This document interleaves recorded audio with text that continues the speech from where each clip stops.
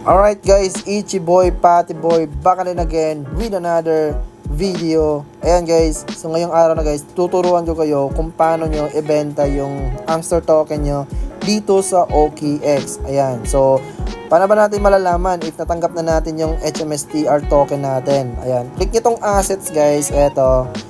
Click itong assets and eto makikita nyo sa HMSTR, ayan, sorry.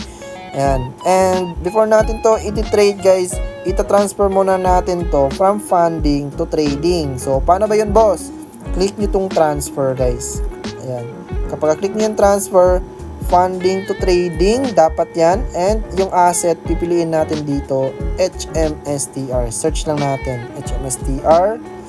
Ayan. And click max and confirm. Yung sa akin guys, nasa trading na kasi yan eh. So, wala na siya sa funding. So, ano next boss? Para maging ano na to, maging pera na to. So, click itong trade. Ayan. Kapag click niyo yung trade guys, click niyo itong drop down na ito. And punta kayo dito sa spot. Ayan. Sa spot trading siya malilista eh. So, click itong spot and hanapin nyo HMSTR. Eto, HMSTR. Kapag click niyo yan guys, ito yung una makikita nyo, naka-buy yan. Ayan, naka-green.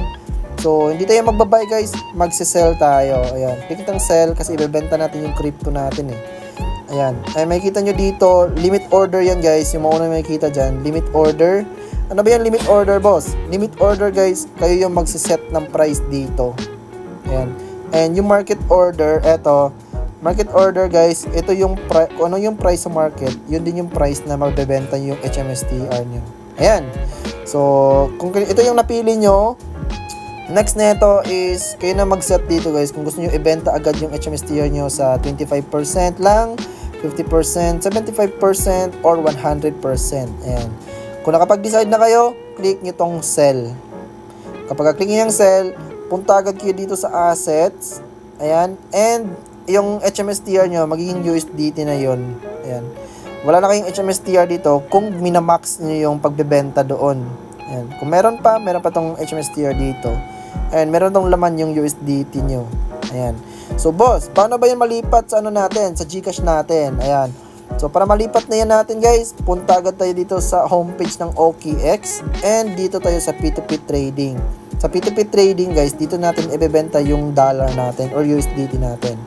So, click natin itong P2P trading and benta, sell. Ayan, benta, sell. Ayan, sell natin guys.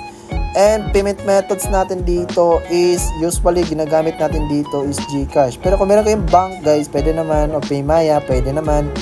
So, GCash usually natin ginagamit eh. And click apply, eto na. Hanapin nyo dito guys, yung maraming transaction. Kasi yun yung mga legit talaga. Ayan, maraming likes din. Ayan. Ito, si Bojong. Ayan, si Bojong guys. So, sell natin tong USDT natin. Click natin yung sell. And dito, lagay nyo yung amount dito. Kung i-max nyo ba yung ibenta nyo yung USDT nyo. Click nyo yung max and sell USDT with 0 fees. Ayan.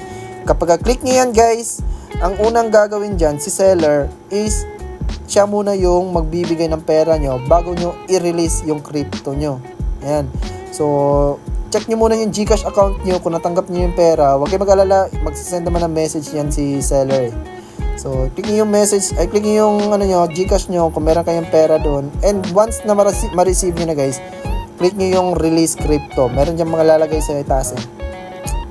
Click nyo yung release crypto para kung hindi nyo i-release yan kasi mababan yung account nyo dito sa OKX and hindi na kayo makapag-register ulit kasi yung ID na pinili nyo is ayun, makukuha nila sa system yan. So, i-release nyo agad yun guys. Be honest na lang guys. Ayan.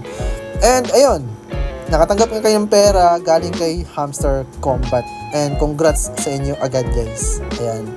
So, ayun, yun lang yung tutorial natin about kay OKX kung paano natin i-trade si HMSTR token.